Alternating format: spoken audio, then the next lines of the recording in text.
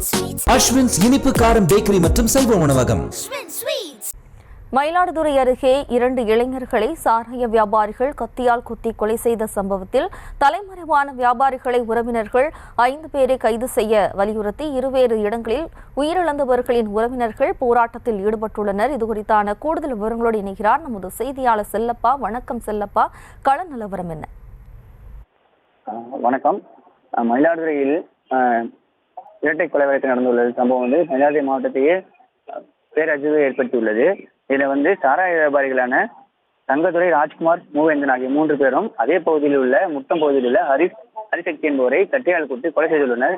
இந்த வழக்கில் இவர்கள் மட்டும் கைது செய்யப்படாமல் மற்ற அவர் குடும்பத்தினர் சேர்ந்த மற்ற 5 பேரையும் மொத்தம் 8 பேரை கைது செய்ய வேண்டும் என்று உறவினர்கள் சாலை மறியல் போராட்டத்தில் மதியம் ஈடுபட்டு வந்தாங்க. காலையிலிருந்து மதியம் மாவட்ட காவல் கண்காணிப்பு எஸ்பி தலைமையில் பேச்சுவார்த்தை நடந்த அடிப்படையில் கைது செய்வதாக உறுதியளித்ததன் பேரிலும் கோரிக்கைகளை நிறைவேற்றி தருவதாக உறுதியளித்ததன் பேரிலும் போராட்டத்தை கைவிட்டு உடலை வாங்குவதற்காக மருத்துவமனைக்கு வந்தனர். மருத்துவமனையில் உடல் கூராய்வு செய்து உடலை ஏற்ற சென்ற நிலையில மீண்டும் உறவினர்கள் 2 இடங்களில் மயிலாடுதுறை அரசு தலைமை மருத்துவமனை முன்பும் கும்பகோணம் டு மயிலாடுதுறை செல்லும் பிரதான சாலையிலும் சாலை மறியல் போராட்டத்தில் ஈடுபட்டாங்க. இதனால போக்குவரத்து பாதிப்பு ஏற்பட்டுச்சு.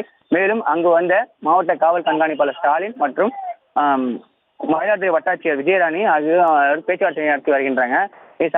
இது சம்பந்தமாக மயிலாடுதுறைக்கு இறந்தவர்களுக்கு ஆறுதல் கூறுவதற்காக வந்த அதிமுக மாவட்ட தலைவர் பவுன்ராஜ் இந்த பேச்சுவார்த்தையில் ஈடுபட்டு வருகிறார்.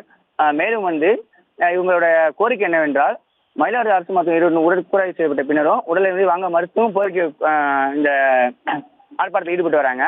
அவங்களோட கோரிக்கை முதல் தகவல் அறிக்கை நகலை வழங்க கோரியும் பெரம்பூர் காவல்துறை மீது நடவடிக்கை எடுக்க வேண்டும் எனவும் இந்த போராட்டத்தை தொடர்ந்திருக்காங்க.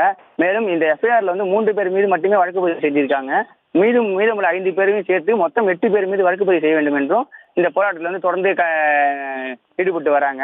அதனை அடுத்து மாவட்ட காவல் கண்காணிப்பாளர் ஸ்டாலினும் பேச்சுவார்த்தை நடத்திய தொடர்ந்து பாதிக்கப்பட்ட குடும்பத்தினருக்கு பாதிக்கப்பட்டவர்கள் மீது நடவடிக்கை எடுக்கப்படும், உடனடியாக 8 பேர் மீது எஃப்ஐஆர் காப்பியை திருத்தம் செய்து மாற்றம் செய்து தரப்படும் என்றும் உறுதியளித்திருக்காங்க. இதனை அடுத்து உடலை வாங்குவதற்காக மருத்துவமனையில் உள்ள பிணவரை அருகே உறவினர்கள் கண்ணீருடன் தற்போது உடலை வாங்குவதற்காக காத்துக் கொண்டிருக்கின்றனர்.